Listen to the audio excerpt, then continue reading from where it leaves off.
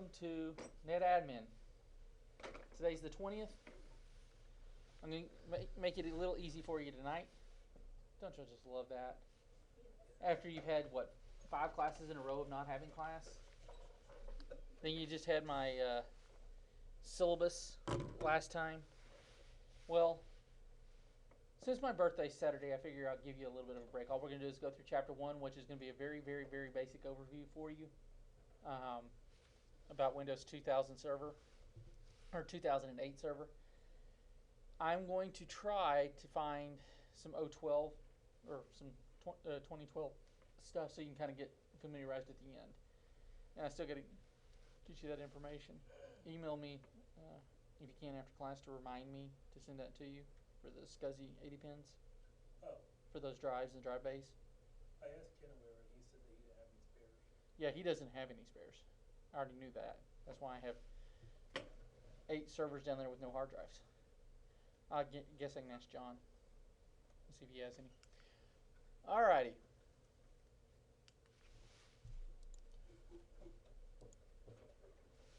Our objectives, we're going to identify each of the key features in 2008.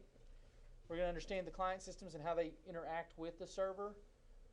We're going to talk about some general features, how we're going to plan out a networking with the network environment for a 2008 server, and then what protocols we're going to use. Okay.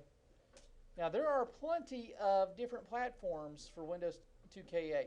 You have Server Standard, Enterprise, Data Center, Itanium, and then you have Standard, Enterprise, and Data Center without the Hyper-V. And then you also have Web Server.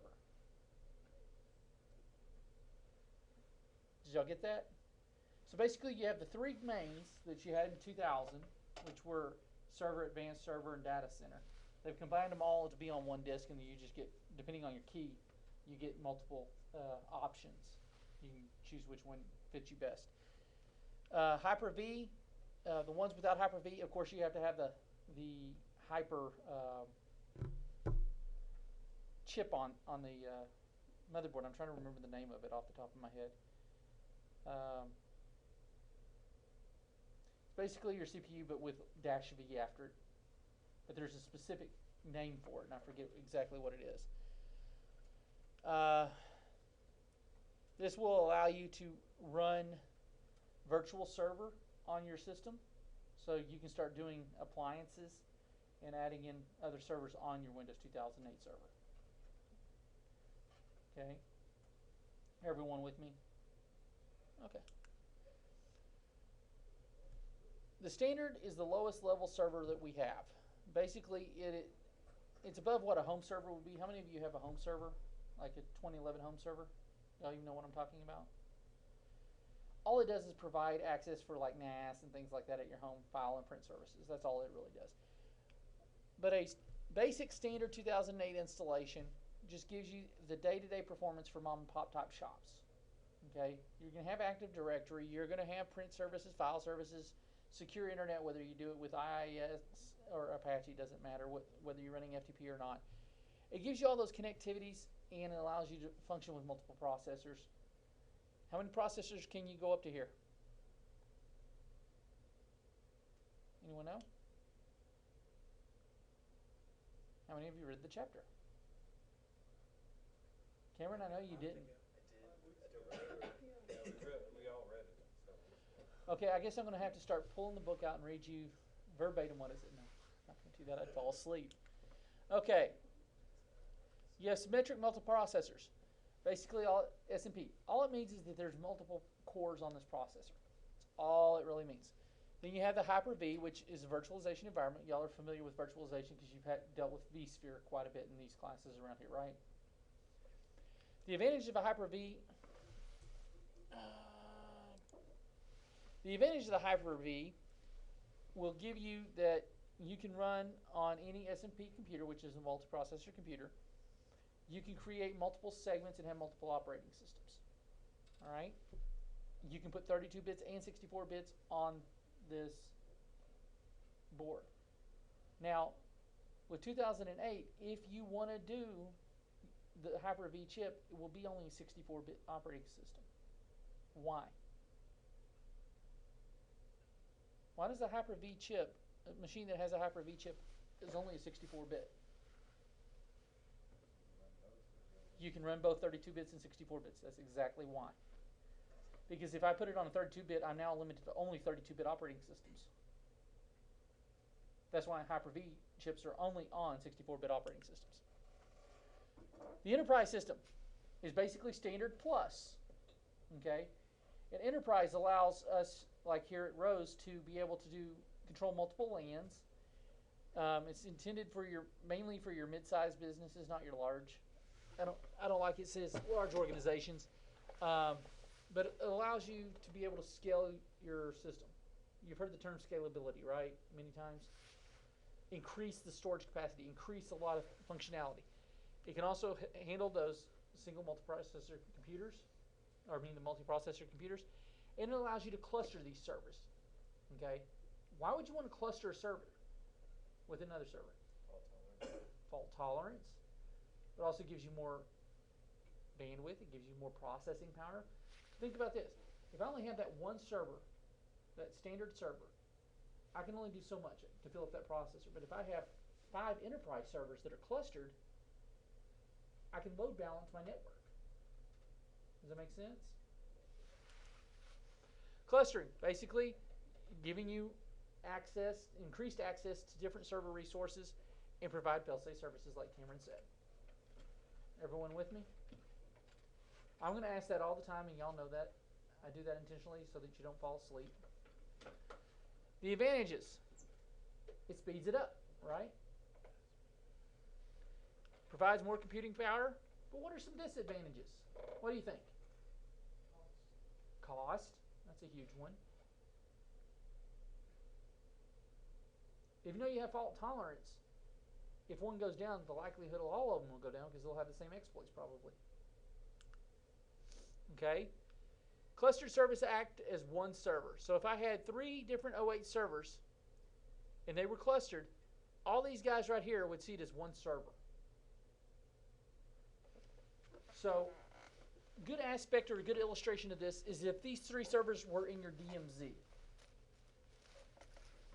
Y'all know what a DMZ is, right?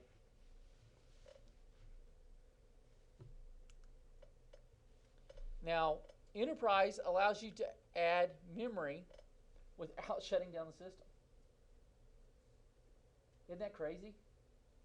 I'm sorry, but I'm back from the old days. I'm scared of static electricity. So I'm going to power down that machine and I'm going to strap myself up before I put RAM in the machine. Because knowing my luck, I'm pushing it down and I fry all the other RAM in there. Fault tolerance memory sync. Basically, the memory goes amongst each other. And then you get Microsoft metadata.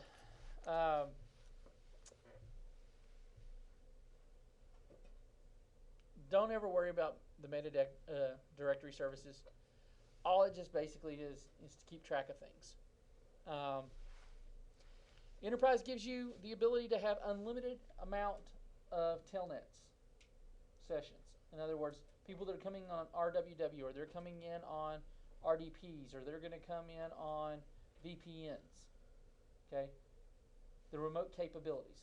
RWW is remote web workstation web, and then RDP is remote desktop protocol. Web server, basically all it is for IIS. That's it. If you say I want this to be a web server, make it a web server, and that's it. That's all it's going to do. You're not going to have Active Directory. You're not going to have anything else. It is just IIS functionality.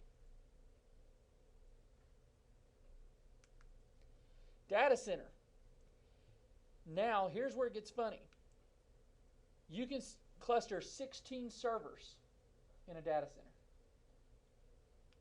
Each could have 64 processors. How many processors is that? 700 something? 800 something? Huh? I don't know. I'm not adding it up, but or you can have 32. So that's a lot of memory and processing power. Hot add processor can be added to a processor slot without rebooting the system. Again, I'm not putting my hand in a server while it's running. Hot replace the processor. Why would you want to do this? Why would you want to replace the processor on your system? Now, granted, you have the other processor running. It's good if you have a non-fault tolerant system and you need to take one down. You know, you still have a CPU running, but again, you're talking about an excruciating amount of heat coming out of those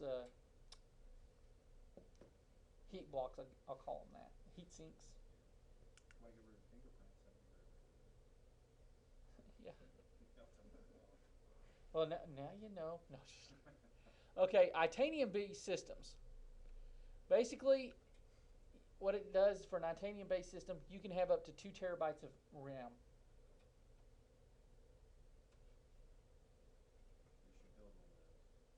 Ha, ha, ha. Do what? That's so much RAM. Considering what's the normal size of gig stick you're going to get for a PC 2700 right now? I mean, you're only getting out there. You might get 16 gig stick. I think 8 is where you see a lot of them being sold. They really don't put out a lot of 16s. You may get 2 8s in a box or something like that, but 2 terabytes. That machine's going to be functioning for a long time. Imagine putting, instead of Server 2008 on there, if you put Windows 3.1 running 2 terabytes of RAM. Of course, you wouldn't do it because it couldn't recognize it. But basically, the difference between this one and Enterprise is you can only have 8 servers in one cluster instead of 16. But why would I need, if I'm throwing 2 gig of RAM here, I could care less about my processors because the RAM is really what slows you down. 8 servers with 2 terabytes, that's a pretty darn good cluster. Now, the non-Hyper-V, you can purchase it, but the savings is about $30. So why would you not want to in today's age to save money? Just get the Hyper-V on there and here you go. The standard edition, you have to have a minimum of 10 gig drive space, a minimum of a 1 gigahertz processor or 1.4 for 64-bit. Now that's one processor. That's not a multi-core processor. That is a single-core processor. Who in their right mind is going to run a 1.4 gigahertz machine on a 64-bit motherboard with 10 gig of RAM and 10 gig of disk with 512 meg of RAM? People on a budget?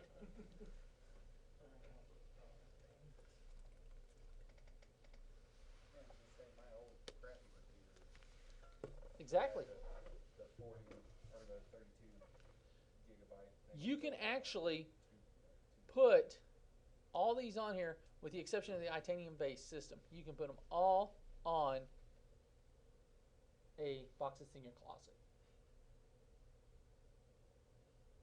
Serious. It's pretty sad, isn't it? I can put an 08 server on any of these boxes in here. Then you have the Itanium base, which you have to have the Itanium core processor to put Itanium on. All right, determining Windows 2 server. Determine the Windows 2000 server or 8 edition installed on a computer. I'm not going to worry about that. That's in your book. Basically, you go into the properties and say, what kind of system do I have? How many of y'all know how to get into the system properties? You right-click on your My Computer and go properties and it pops up. That's all that lab wanted you to do. I'm not going to have you log into vSphere for that. All right, the client workstation operating system most compatible with Windows 2000 Server 8 is Vista. It's actually 7. This was made before 7 came out. A client, basically what you have in front of you is a client. Y'all all knew that, right? Introductory to network stuff. Workstation can be a standalone or network compliance. The overall goal of Microsoft is to lower the TCO, or the total cost of ownership. So they want to put everything into one package for you to make it easier for you. Instead of you buy this service, this service, this service, this service, you put it all together. So what they did is they created a domain environment, which allows you to attach or add all types of devices and accounts and features and roles all together into one domain. Domain's kind of like a bucket, and you throw everything in it. Make sense? Now, as we get a little bit more into it, I'll give you a little bit more technical with the domain when we get to ADDS. The advantages of using Windows Server and Vista together, you can, and actually I like saying 7 because it still applies. The code is written basically the same. Server 8 is basically written to work with Windows 7 and Vista. Like 2000 was working with 2000, and then Server 2003 was working with XP. So I mean that kind of correlates. Y'all notice that every time Microsoft puts out a server operating system, they have a OS with it, desktop OS. Like for Server 12, Windows 8, and it's a piece of junk. Every company that I've talked to that has tried to implement 2012 says don't do it. Don't go to 2012. It is a pain in the patootie. All right, Active Directory. How many are you familiar with the term LDAP? Lightweight Directory Access Protocol. That's the term you use to. It's a directory, or it's that bucket that I was just talking about with the domain. All the roles and features and everything that's in there. LDAP is just a collection of things. Okay, that's the protocol that you would use in a Unix environment, Mac environment. You can also use it in Windows, but Windows calls it Active Directory. Okay, does that make sense? I'm just trying to give you that cross comparison between the other operating systems. Now, it will support Unix and Linux as long as you have a SUA. Now it's called Samba server, right? Y'all familiar with that? Some of the features that you can use, we already talked about it. We'll talk about server manager, security, clustering, enhanced web servers, or the server core versus in PowerShell. What is a server core versus a regular installation? Virtualization, reliability, and then multitasking, multi-threading. Server manager. Basically what it is it's a web page that kind of gives you the overarching view of everything that's going on in your system. How many of y'all have seen a server manager? We will get to it when we start doing everything next week.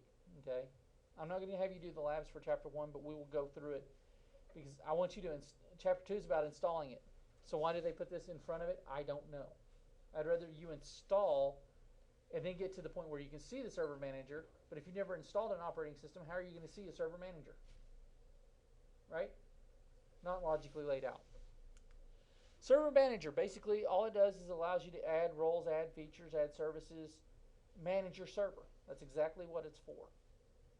It's just a one-stop shop, so you don't have to go into the administrative tools, go up to Active Directory, Domains and Trust, or Sites and Services, or Domain and Services, so that you can see, or Active Directory users and computers, so that you can go in and see everything. You'd have to go in individually is what you had to do in 2003 and earlier. Now with Server Manager, you can actually just scroll down and it will tell you the functionality, whether the services are running, there's errors in that particular service. It helps to identify errors quicker, and it's pretty general. You can add and remove the features. You can run diagnostics for each of the features or the roles, and you can manage storage and backups all from that same location. I mean, it's a pretty good idea, right? As a network administrator, you would want to have everything in front of you. You don't want to have to go search for it. NAP, Network Access Protection. Now, what NAP is I can allow, or it allows me to say, this computer over here next to James is missing an update. That is a security update. We know it's a vulnerability. If I have NAP turned on, and it looks at that and says, it didn't get it through the WSUS, which is Windows Server Update Service, which we'll get to at the end of this class. If it did not get that protection mechanism, then that system cannot access network resources, cannot access the network. It shuts down your NIC until it's been resolved. Pretty cool feature, right? It helps you when to limit access to non-compliant computers, or you can force the updates down to those computers to make sure that they're compliant. And it's always on. It's always checking your network. So if someone comes in with a laptop from their home and plugs it in, what's going to happen? They're not going to get access until they meet the minimum network access protection mechanisms. So that virus that they always say is on your personal stuff when you come to the network and you bring your laptop from home up, you plug it into the network. That's why you can't get on for most of the time, because they have NAT going.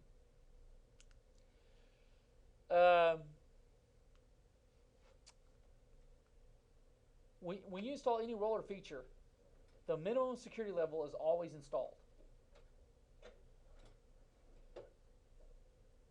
Why is that? Why would you want the minimum security level installed? Just so you don't forget about it, right? If you had to install it, you may overlook it. So now we have what's called a SCW, or Security Configuration Wizard. Basically, it's easy. We can say, here's what we're going to do. Here's how I want you to implement it, and it runs it throughout this system. Give me a baseline of who I want access to what. It deals with file and folder permissions, security policies, encryption of data, event auditing, authentication methods, so forth and so on. Y'all all asleep? Okay. 2K8 also allows you to test clusters and do other stuff, migrate to the next level up, which would be a 2012, or actually it would be a 2008 R2. You can create clusters, you can support them, do a lot of things with them. IIS is the same thing as Apache, except Microsoft has it's Microsoft's Apache, and it's built into Microsoft's internal computer. You can fit 40 different modules or have 40 different websites going at the same time for one IIS installation.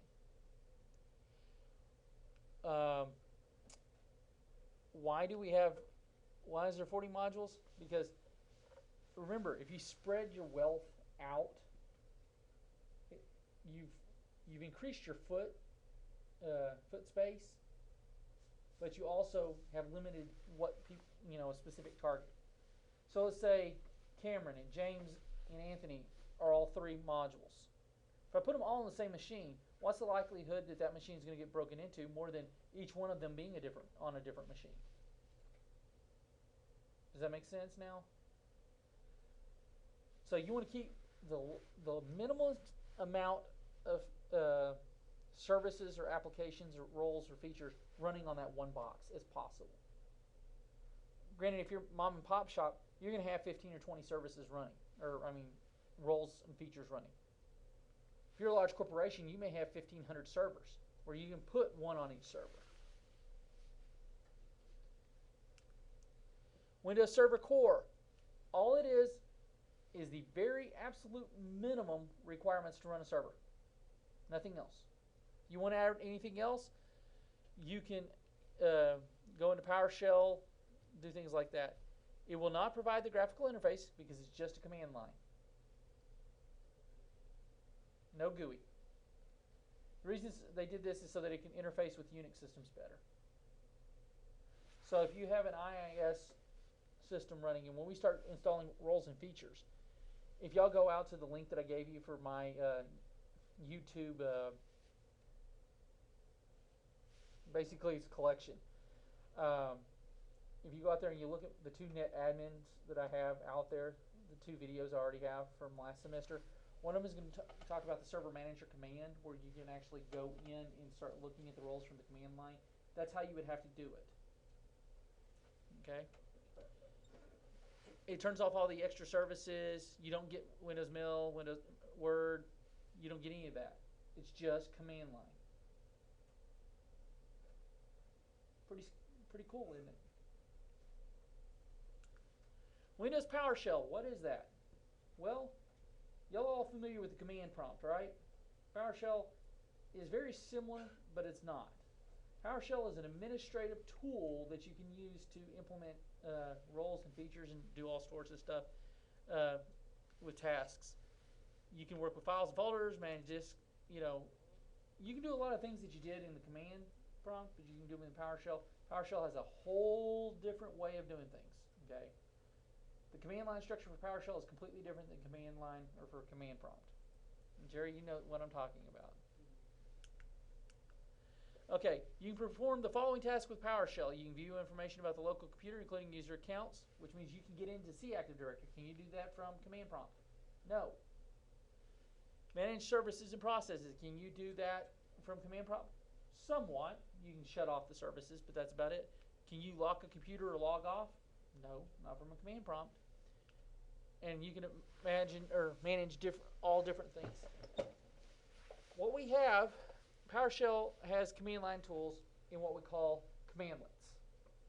Basically, that's a group of commands put together that will run functions. For example, how many of y'all are in my intro to routing? How many of you have had intro to routing? Okay, so you know when you start typing in commands, you hit the tab and you can go to the next one, and it keeps telling you what, and then you hit the question mark and it'll give you a list of everything that's on there. Basically, that's what PowerShell will allow you to do, but those functionalities are part of what we call commandlets. Here's an example of what PowerShell does. Now, the difference between a command prompt and PowerShell is you have this PS out here, and it's a white screen instead of the black screen, with blue text usually. But you can set it up to be whatever you want. PS will always be in front of it to identify that this is a PowerShell, not the command prompt. Now, you will always be under your administrator account. If I say get-children item, it's going to show me every child folder that is underneath the administrator folder. Where all I had to do is what? DIR, which is going to be more powerful for you to use. It's simpler. Command. A command prompt when you're just trying to get the children's item. But if you're going to start manipulating anything in here, that's where PowerShell has the advantage. The more management functionalities come out of PowerShell. Virtualization. Remember, you have to have that Hyper-V chip. It allows you to have up to 4 processors on the SMP, and you can house 64 and 32-bit operating systems. That's really what it's about. That's all you need to know about Hyper-V. That's why you can do Virtual Server 2005 on a 2008 machine. Okay, reliability. The kernel is always going to be running in what we call privileged mode rather than unprivileged mode. For example, when you boot up a Linux system, what mode are you in? User mode. You have to go to enable, just like you do in routing. You have to hit EN or enable to log you into the root level. Well, when you log in, the operating system kernel automatically puts you at that privileged level. Why is that scary? Why would that be scary? Well, if the kernel's already put me in privileged mode, I don't have access to the kernel. Anyone has access to the kernel. Let me write a script real quick, and I can shut your system down. Because it's going to accept it. All the kernel is a set of core programs that allow the operating system to function with the hardware. That's it. It's that linguist between the hardware and the software. Now, since then, since we have a privileged mode, Microsoft came up with the idea, let's use some processes so that we give an extra layer of security to the kernel. Process basically is any program, a part of the program that is running into your system. You're going to get a process identifier, PID. You'll see that terminology in Unix, Linux a lot. Same idea. You have protected processes, which are going to be services or processes that are needed to open or run the system. You can't X out of those. All right, I'm not going to run. Y'all know how to do Control, Delete, go to Task Manager, and go to the Processes tab, right? That's all it was going to have you do. Multitasking. Well, this is what women are known for, right? Multitasking. They do multiple things at once. What's the difference between multiple threads versus multitasking? Well, multiple threads means I can have multiple threads functioning at the exact same time. Spreading my program out over multiple threads. Preemptive multitasking.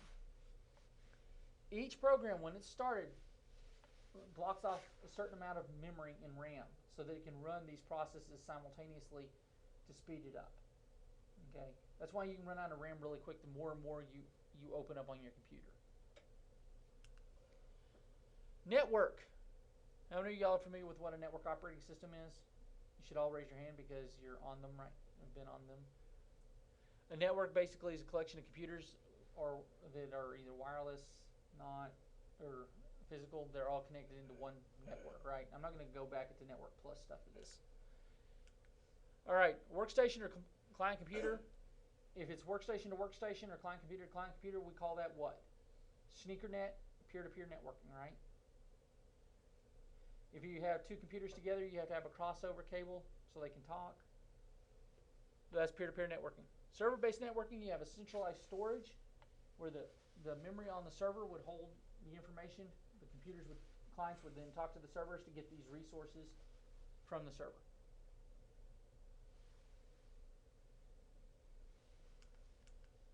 Okay, peer-to-peer networking, again, what's the main disadvantage of it? It's slow. There's no centralized management. Okay? You have no administrator. Both computers act as administrator. Here's a peer-to-peer, all of them connected together on that bus line. This one say, I'm the boss, I'm the boss, I'm the boss, I'm the boss, I'm the boss. It's almost like a family of five, right? Everyone says they're the boss. Each user is responsible for their own security of their data that is on there. And you really don't want anything bigger than 10 connected together. I say don't even use it. Unless you're doing like a LAN party. You can just put them on a managed switch and then you're a little bit easier. A work group.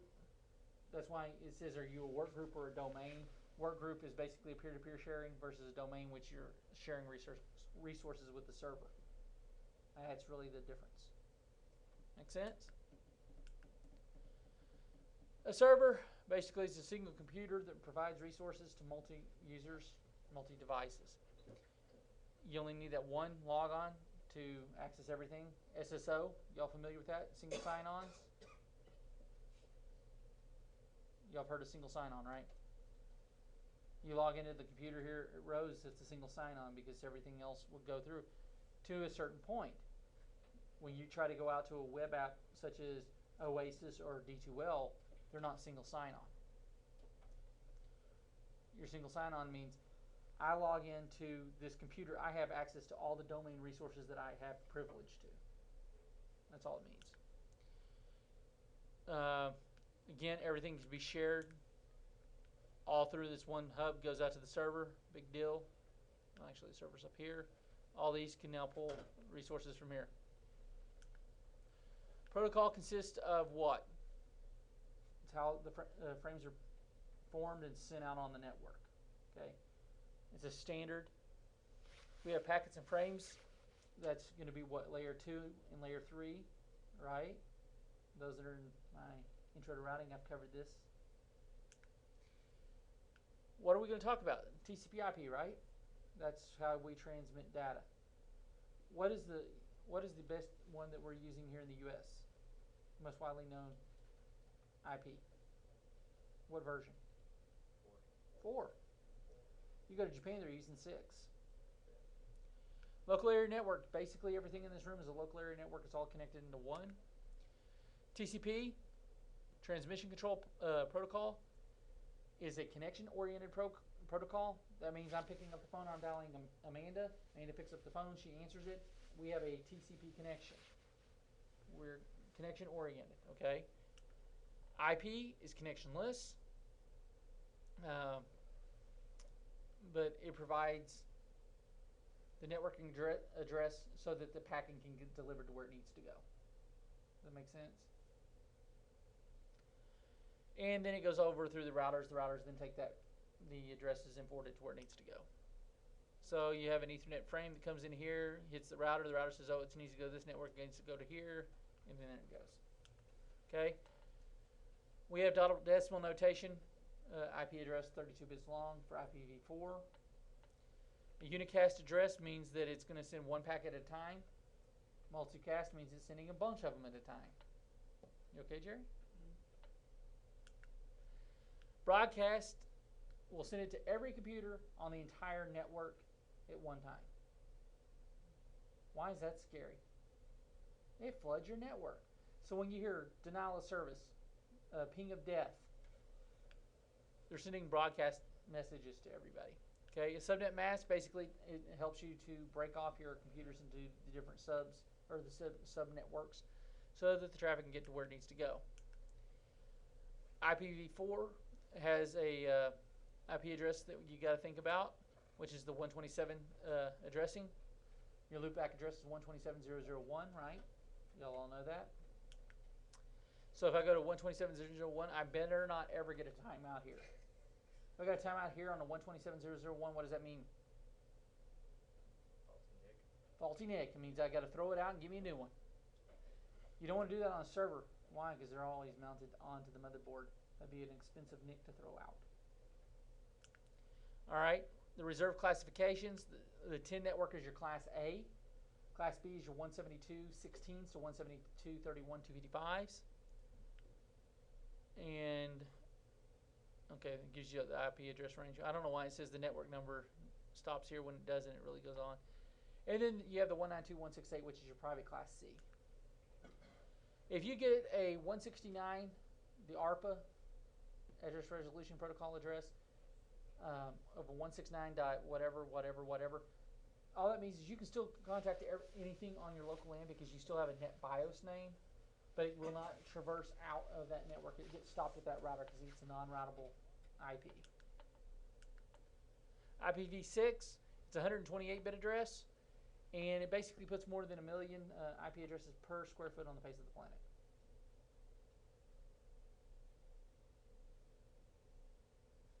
Think we'll run out? IPv6 addressing, there's one identifier, and it's going to be pretty much set no matter what. It'll all be live. And the packet can be encrypted for security if you need to. I'm not going to worry about IPv6 too much in this class. We're just going to keep it highlighted and make it easy for you.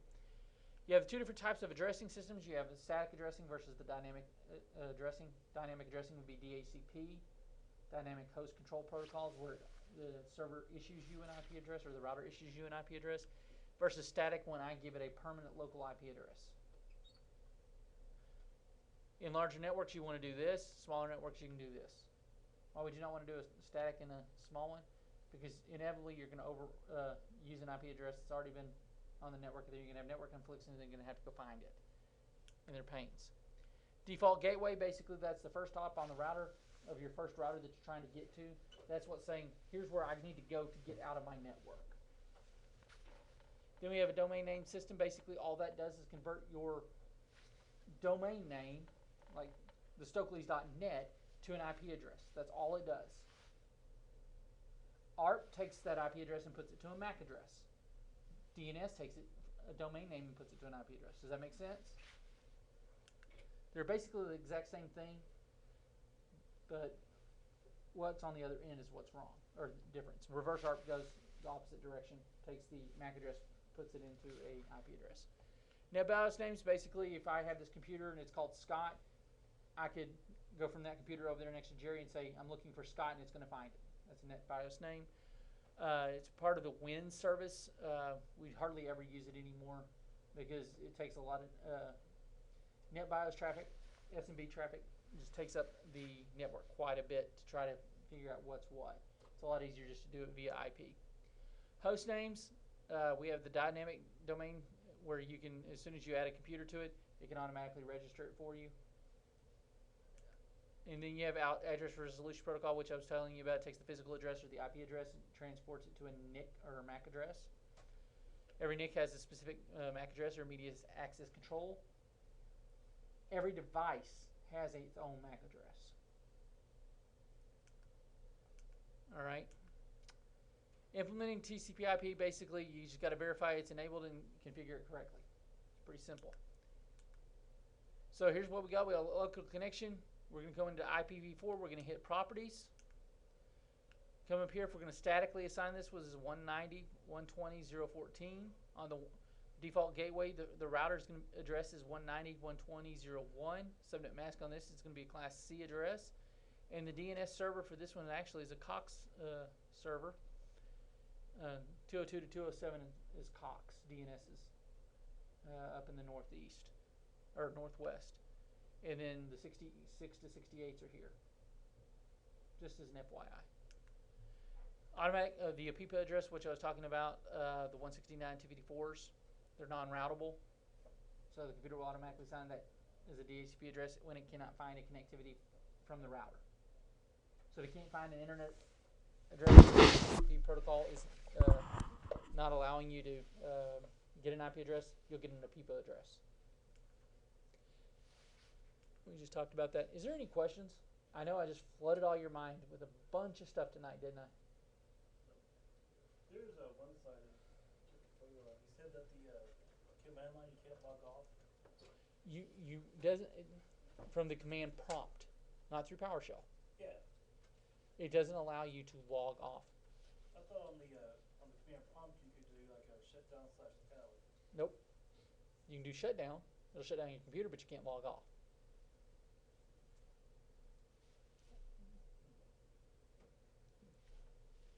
They could have changed it since then. I don't know. Yeah. But that's you're not supposed to. And it's not good to do it anyway from there. You'd rather log off from the GUI, but you can shut it down from the command prompt. You better do it through PowerShell because it shuts down your services. It's not a complete kill of the system. I think that's what they were trying to go for there. Now everything that's in these slides, not everything in these slides is 100% accurate anymore.